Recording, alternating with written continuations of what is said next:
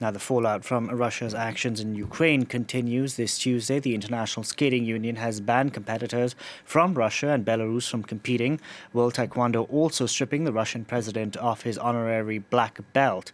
Russia has also been kicked out of the FIFA World Cup set to take place later this year in Qatar. The Russian side also suspended from the European Championship set to be held in July. Now, Disney, Warner Brothers and Sony Pictures say they will halt the release of upcoming films in Russia. The Hollywood studios making the decision in response to the invasion of Ukraine. This week's release of The Batman has already been halted in Russia. YouTube has also just announced it's blocking Russia Today and Sputnik here in Europe. For more on this story, we can bring in France 24's international affairs editor Armen Georgian. Armen, this is unprecedented. I have never seen, a whole host of different, not just sporting, but from the world of sports, but also entertainment, Hollywood, coming down on one country in particular. Yeah, I think it's absolutely extraordinary, Delano. And the image that I keep having is one of domino effect, So firstly, that happened within the European Union. No one country wants to be the odd one out. So eventually the dominoes fell. There was this kind of weight falling one on the next. Then once the EU had come to a decision as a bloc, we then saw other countries sort of being the next dominoes in a way. Switzerland, which is not in the EU, which didn't have to take measures, but did so because, again, didn't want to be sort of the lone, holdout in a sense. Sweden, a neutral country, yet announcing it was going to send military aid to Ukraine. So there is this domino effect, and I would apply that image as well to these different sectors that are, if you will, falling. So firstly, financial measures that spills over, in a sense, into the sporting world, which in turn spills over into the cultural world.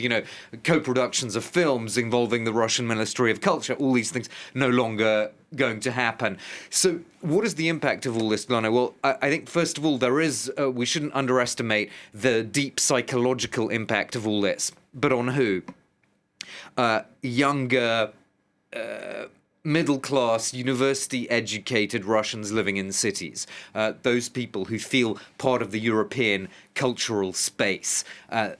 Speaking English, they're more likely to be found on the French Riviera than the Chinese Riviera. So if Russia really is going to go full on, if it's going to be totally isolated, turn to China, that requires a huge mental adjustment for those people that I just mentioned.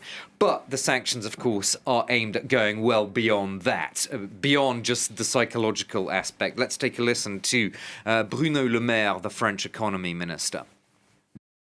Oui, les sanctions sont efficaces. The sanctions are having an impact. In fact, they're having a massive impact. And let there be no mistake about what Europe is resolved to do. We will wage total economic and financial war on Russia. We will bring about the collapse of the Russian economy. L'effondrement de l'économie russe. Economic war on Russia. He's spelling it out clearly there, Delano. This is going to be a war that affects all Russians. It was interesting to contrast what he said to Olaf Scholz, the German chancellor, who gave a landmark speech this weekend, and he said, we've got to distinguish between the Russian people and the government, and it's, the sort of core Putin supporters, if you will. We don't want to hurt the Russian people. That has basically gone out of the window, and exactly. Bruno Le Maire is being more honest in a way, he's basically saying, yes, this will target and affect the Russian people, not just those who, as I mentioned, the more kind of metropolitan, plugged into the world, English-speaking younger Russians who are already obviously feeling very uneasy about this whole thing, but also eventually the economic measures will affect those who would normally support Vladimir Putin, who might, at least this is, I think, the goal of the Western sanctions, that those people would eventually also say, hang on a minute, we were told this is a special operation to help people in the Donbass. Now it's total war. We can't buy things, we don't have money in our pockets. I think that is the long-term goal of what Bruno Le Maire is announcing there. I think that is what we're seeing.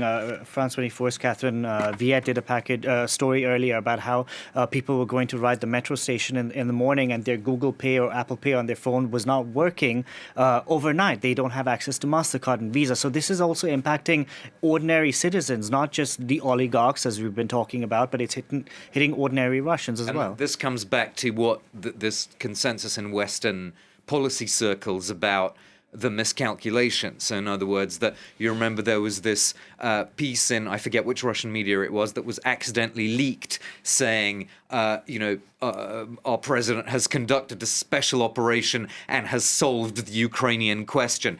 That suggests that the whole plan was that he banked everything on a very quick operation succeeding. The longer that doesn't work, the more people find out about what's really going on, and that is when the problems really start. Armen, thank you very much for that, Armen Georgian there.